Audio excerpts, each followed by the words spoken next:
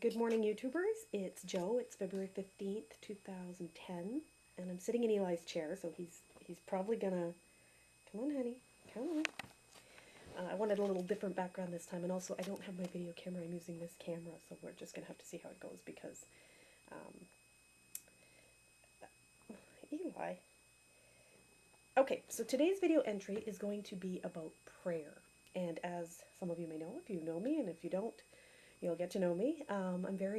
Was raised evangelical, dogmatic, fundy Christian, and I'm no longer any of that. And so over the years, I've always had a hard time with the concept of prayer because I don't like the idea of a Father God. I don't like the idea of begging for mercy from some entity on high and hoping. You've just got to see this. Hold on. That's Eli. Um, I don't want to beg for mercy from some entity on high because, maybe if I'm good or if I fulfill some, thing, then I'll have, he'll have mercy on my soul. I don't do any of that. I don't do mercy. I don't do God. I don't do any of those concepts, those religious concepts that a lot of Christianity would tout. So in my life, whenever I've wanted something, I've I've struggled with the concept of prayer because I would like to sort of throw it out to the universe that I want it. I would like to vocalize that I want it, but I don't necessarily want to pray for it. But I kind of want to pray for it because I kind of want, if there is an entity, I wouldn't mind kind of getting it.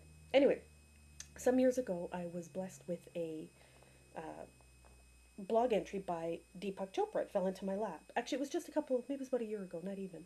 And he just referred to your soul. It was interesting because somebody had asked him a question about prayer, and he referred to the soul as your non local self. No, sorry, your local self. And he referred to sort of God as your non local self.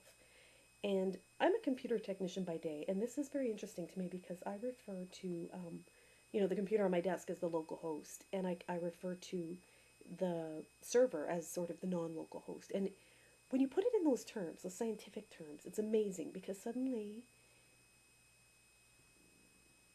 sorry about that. Yeah, it is. I'll cut that out hopefully. Um, when you acknowledge that there is all the data of the world out there on a server somewhere, or the thing you need is out there on a server somewhere, and when you're using your local host to just tap into it, you're in effect Googling. Now, I've rephrased the term prayer to be Googling the universe. Now, that's how I phrase it. So I say when I want something, I Google the universe. So in real life, when you want something, say a recipe for mulligatawny soup, you type mulligatawny soup recipe into Google, and Google goes and fetches it from wherever. Now those servers are, replicated and mirrored and duplicated. They're all over the world. All the data of the world that Google can go tap into is the data of the world. It exists everywhere. It's not in one place. It's not localized. It's non-local. So needless to say, Google will bring you back some recipes. If it's not the one you want, you can be more specific in your search. Like, for instance, the mulligatawny recipe I wanted had coconut milk and cilantro. So you would type mulligatawny soup recipe, cilantro, coconut milk, and you're more likely to get the one you want. Um, so over the years, I've done this. And then one time, about 10 years ago, when I moved into this apartment, I specifically wrote a list of all the things I wanted in an apartment. I didn't think I could afford it, and I was very in a bad place in my life. But my sister was reading a book called Write It Down and Make It Happen, and it's all about creative visualization. So it seems that the more specific you are in your requests to the universe, or even when you just write down goals or whatever, the more likely you are to achieve those goals because that's just the nature of, I guess, human beings can achieve something concrete, whereas be rich is not a concrete, but make $10,000 in the next 6 days. That's a concrete goal. I can take steps to achieve that. Um, so, for instance, when before I turned 35, I'm 37 now, but I remember when I was about 32 or 33, I wanted to go to 10 provincial parks, 10 Ontario provincial parks by the age of 35. It was on my 35 things to do by 35 list.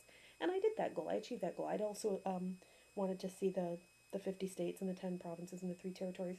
I've done 48 states, 9 provinces, and 2 territories. So that's pretty good. Um, anyway, this whole business of Googling the universe is just kind of magical because there's no mercy involved. Eli is chewing on my toe. I'm in his chair. Ow. Anyway, Googling the universe requires no mercy. It doesn't require somebody with